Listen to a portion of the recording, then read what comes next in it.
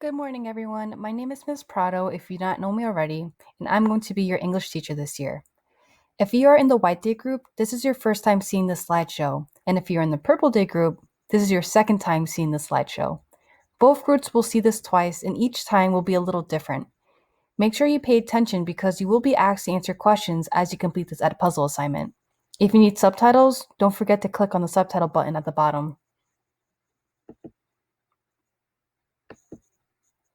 So this slideshow is just a little bit of info on me. So again, my name is Ms. Prado. Some of you know me already and some of you do not, but I look forward to getting to know everybody in English class this year. So I added some pictures that tell you a little bit about myself. This first picture is about my dog named Chico. I am what you call a dog mom. I love animals and dogs are my favorite type of animal. Chico is 11 years old. He is a Chihuahua and he is blind and diabetic. So he's an old and sick dog, but he still is very happy. Other pictures of my second dog named Ladybug. She is also 11 years old and is also Chihuahua. She's kind of fat. I've tried putting her on a diet, but she hates exercising. She's a really sweet dog, but can be kind of mean sometimes. I talk about both my dogs a lot, so you will probably hear stories about them throughout the year. Next up over here, I have a picture of the Colombian flag.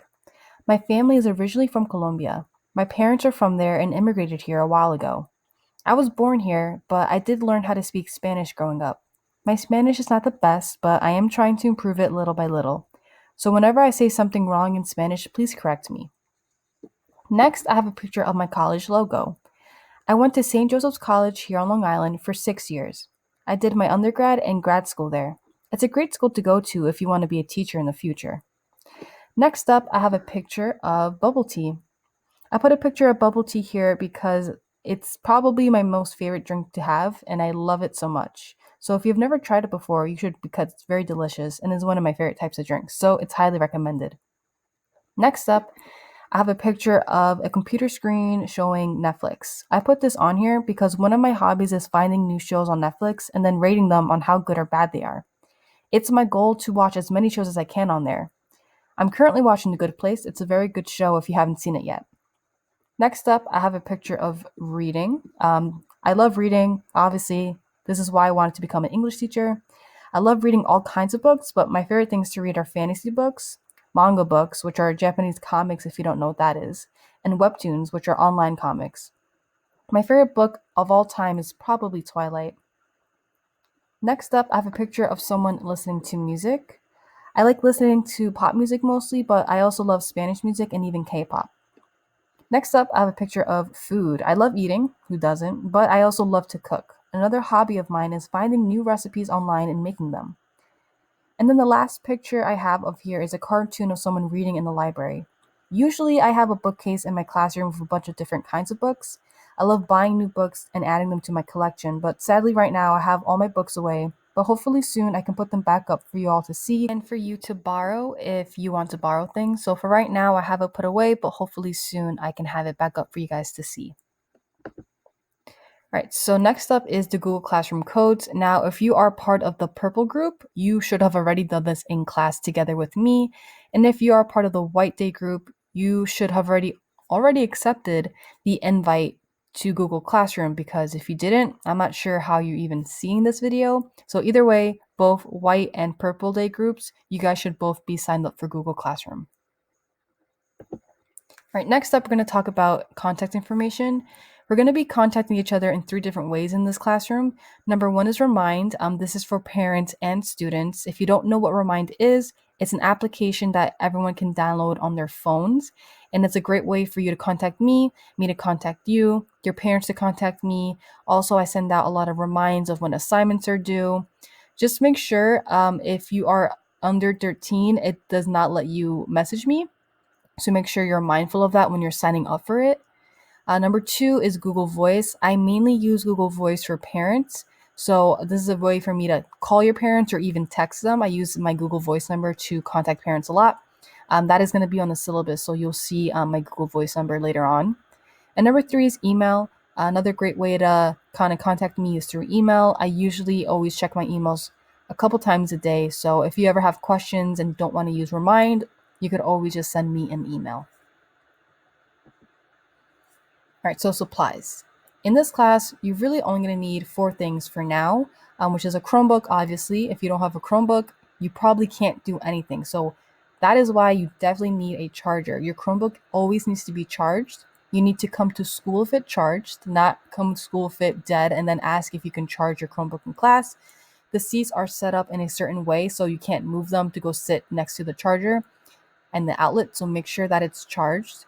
Another thing that you really need to bring are headphones. We're going to be doing a lot of online work, independent work, where you have to watch videos, kind of just like Edpuzzle. So make sure that you have headphones. And a student planner is the last thing I want you to get. So if you have trouble getting either headphones or a student planner, please let me know and I will make sure that you get it. But if you have problems with your Chromebook or a problem with your charger, you also have to let me know so we can get those fixed for you. So for now, just get those 4 things. But if you want, you could also get a notebook and a folder, although I'm not going to be giving out a lot of paper for now. But if you want, just to make sure, if I do give paper, you can get yourself a little notebook and a folder. But it's not needed for right now. I also have extras in my closet, so let me know if you do want a folder. All right, so next thing is we're going to talk about are what things do you learn in English class? A lot of times students are confused as to what English class is about. I'm not sure, sometimes in your home countries, English class, you guys think that, oh, this is the class I'm going to learn how to speak English, but that's not true. English class is kind of like a literature class. This is where we read books and we learn how to write. So a couple things that we learn are literary devices. Literary devices are techniques that writers use to kind of make their writing better and express their ideas. So words like simile, metaphor, those are called literary devices. So it's kind of like English vocabulary words, and we're going to learn about that as we go on this year. We also learn a lot about annotating. Annotating a text means you are interacting with it, which helps you understand it better. This is where you're highlighting, you're circling, you're making notes on the side, you're answering questions. We learn how to annotate properly in this class, so if you do not know how to do that already, you're going to learn it this year. We learn how to write. We learn how to write paragraphs and essays this year. So you're going to learn how to write a proper paragraph and a proper essay. We're going to do a little vocabulary. We're going to do a little grammar. So a lot of writing in this class. Next up, like I mentioned before, is the vocabulary. We're going to have weekly vocabulary words. This week, we don't have any because it's our first week back, but eventually we will always have something that you need to learn. Next up, we do a lot of research in this class. We learn how to research information and even write research-based essays. Again, this is not going to be done until later on in the year, but I just wanted you to know that you will be learning this. And last but not least, we learn to analyze text. We're going to be reading a lot of different types of stories and novels in this class, and we're going to learn how to analyze them and figure out what is really being said, what lessons the book is teaching, and how the writer is expressing those ideas. All right, next up is classroom policies. Now, I don't have a lot up here because a lot is unsure of how the school year is going to go, but here are the first 4 important ones. Number 1 is late assignments. Late points will be taken for late assignments. However, after 1 week, I will not accept any late work. So if you have it's already been over a week since you've given me something, just know that don't bother giving it to me because I'm not going to accept it. It's going to stay a 0. So you have up to a week to hand anything in. And any days after that, depending on what it is, I'm going to take a few late points. Number 2 is parent contact. I will be frequently contacting your parents, but don't worry, it's not only for bad things. I usually contact them to let them know how you're doing in class, which could be a good thing, could be a bad thing. But just keep in mind that me and your parents, we're going to be talking to each other a lot, and it's not always for bad things. It could be something that's good or something that I just need to tell them about you or how your day went, okay? So don't get scared if you get a text message from me to your parents. It's not always bad. Next up is extra help. If you're ever absent, you for missing work or failing or you need more help, you will be asked to attend extra help sessions, which we don't know how it's going to work right now because of COVID. I believe that if you are staying after school, you can stay after school. You just need to have a parent pick you up since there's no late buses. So we will talk about that later on as the year goes on. But for now, if you're ever absent or you're missing something or you're failing something, I definitely want you to show up for extra help. And I usually have extra help every day. And last but not least, I have class rewards. If the class is doing well, this could be either everyone did really good academically, like on an assignment, on a quiz, or everyone's acting really good, everyone's behaving really good. Some type of reward will be given because I personally think that if you work hard, it's going to pay off. If you work hard, good things are going to happen. So if you guys work together and you guys do really well, some type of reward will be given to you. It could be something like a snack. It could be something like I give you the last 10 minutes of class free. It could be something like we get to watch an episode of something for the last 10 minutes or something like that. We will talk about that as we move on, but keep in mind that if you want a reward, you have to work for it. All right, next up is our grading policy. Now, this can change. We're not having tests right now or homework right now, but this is what we are working with right now. So this can change, but for now, this is what we have it down as. So quizzes are 40%.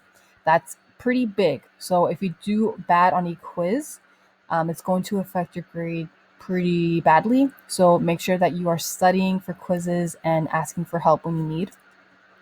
20% are going to be projects. We will let you know what projects are going to be graded as we go on. Classwork, so everything that we do in class and you hand in, is going to be 30%, so that's pretty big. Make sure that you're doing well and keeping up with your classwork. And then 10% is going to be participation. This is if you're talking in class, if you're doing your work on the remote days, if you are asking questions, and if you are in school, if you attended school. So passing for this class is 65, and if you have anything 64 and below, that is failing. So make sure you get 65 and above if you want to pass the class. All right, so questions. It's your time to ask questions about this class now. It could be a question about me, a question about how something you saw in the slideshow that confused you. It could be a question that you just have about the class. So I'm going to leave a little question for Edpuzzle up for you guys to write in, but make sure you ask me some type of question.